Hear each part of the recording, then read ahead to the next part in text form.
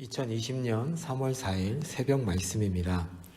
마가복음 2장 1절에서 12절 말씀, 마가복음 2장 1절에서 12절 말씀입니다. 죄 사함을 선포하시는 예수님, 죄 사함을 선포하시는 예수님이란 제목으로 3월 4일 새벽 말씀 보도록 하겠습니다. 이제 예수님께서는 갈릴리 지역에서 많은 시간을 하나님의 나라의 그 사역을 진행하셨습니다. 1장에서 보았듯이 이 사역은 고통 가운데 있는 하나님의 백성들을 위한 사역이었습니다. 또한 하나님 나라에 대한 선포였을 뿐 아니라 각종 질병에 시달리는 사람들과 귀신 들린 사람들을 치유해 주시는 사역이었습니다. 이 일로 인해서 예수님의 인기는 상당했고 수많은 사람들이 예수님을 만나기 위해서 모여들었습니다. 그 일로 인하여서 예수님은 잠시 몸을 숨기셨다가 1절에 보면 수일 후에, 며칠 후에 다시 가버나움에 들어가셨습니다. 거기서 한 집에 머물게 됩니다. 예수께서 집에 계시다는 소문이 들린지라 라는 말씀에 이 집이 누구의 집인가 하는 논쟁이 있지만 1장 29절에 베드로와 안드레의 집이었을 가능성이 가장 높습니다. 이제 예수님께서 다시 오셨다는 소문을 듣고 많은 사람들이 그 집에 들어갈 수 없을 정도로 모이게 됩니다. 그들에게 예수님께서는 도를 전파하셨는데 여기서 이 도라는 단어는 하나님 나라의 복음을 전파하셨다는 말씀입니다. 이때 하나의 사건이 벌어지게 됩니다. 한 중풍병자가 지붕을 뚫고 그 위에서 내려온 사건입니다.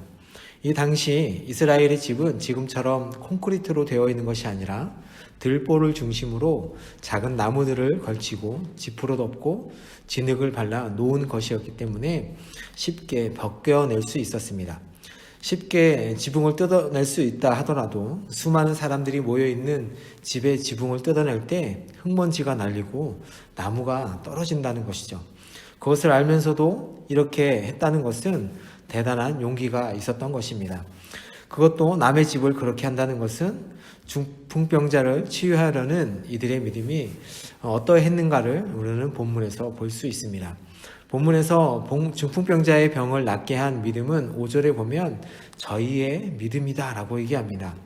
중풍병자만의 믿음이 아니라 그들 모두의 믿음이었던 것이라고 표현합니다. 예수님께서는 그들 안에 있는 이 믿음을 보셨던 것이죠. 그런데 예수님께서 이 병자를 치유하시면서 하시는 말씀이 소자야 내 죄사함을 받았느니라 라는 말씀입니다.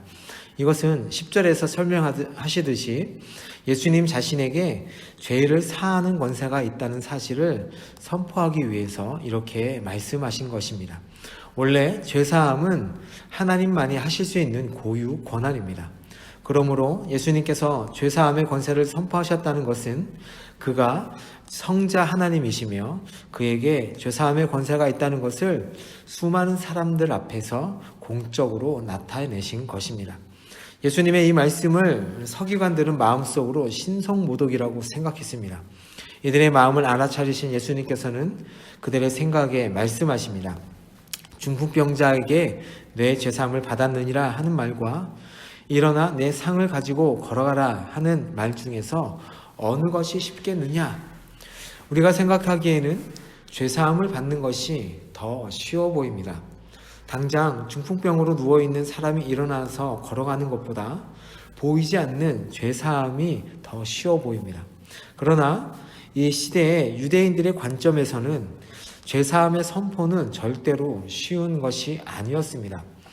그것은 하나님만이 하실 수 있는 것이라 여겼기에 예수님께서 이렇게 말씀하신 것이 무슨 의미인지 다 알고 있었습니다.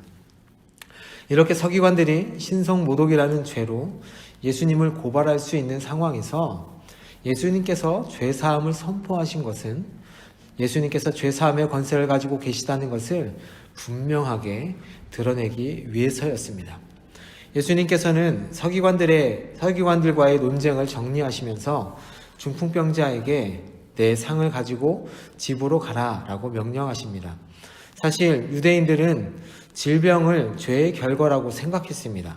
물론 모든 질병은 직접적으로 특정 죄에 대한 결과로 볼 수 없습니다. 그러나 중풍병자에 대해서 예수님이 죄사함을 선포하신 것은 그의 경우에 있어서 죄와 질병 사이에 연관성이 있음을 또한 말씀하시는 것입니다. 오늘 본문을 통하여 마가는 이 중풍병자 치유 기적을 통해서 예수님이 단순히 이적을 행하는 자라고 말하려는 것이 아닙니다. 선지자들이 예견했던 하나님의 종말론적 통치의 한 부분인 죄사함의 사건이 이 예수님을 통해서 실제로 일어나고 있음을 알리고 있는 것이죠. 중풍병자가 자신의 상을 들고 많은 사람들의 사이를 걸어가자 이것을 보고 사람들은 하나님께 영광을 돌립니다. 오늘 중풍병자를 치유하시는 예수님의 역사는 하나님의 나라를 이 땅에 가져오신 예수님의 사역이 죄로 인해 신음하고 고통받는 백성들에게 어떻게 실제적으로 나타나고 있는지를 보여주고 있습니다. 또한 그 하나님의 나라를 경험하기 위해서 필요한 수단이 무엇이냐면 믿음이다라는 것을 강조하며 보여주고 있습니다.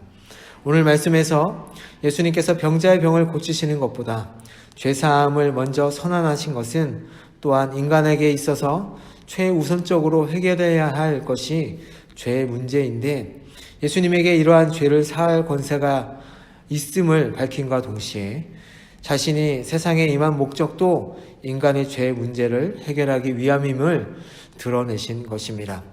우리의 모든 죄를 해결하실 수 있는 그 예수님을 믿음으로 하나님 나라의 통치에 들어가 그분과 동행하며 살아가는 하루가 되기를 예수님의 이름으로 축복합니다. 아멘.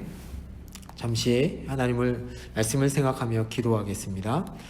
하나님 아버지, 예수님께서 이 땅에 오신 목적이 무엇인지 다시 한번 묵상하며 나아갑니다.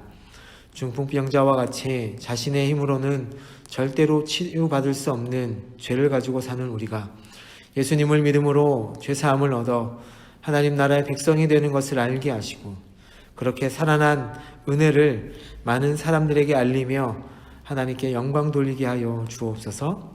우리의 모든 연약함을 치유하시며 죄를 해결하신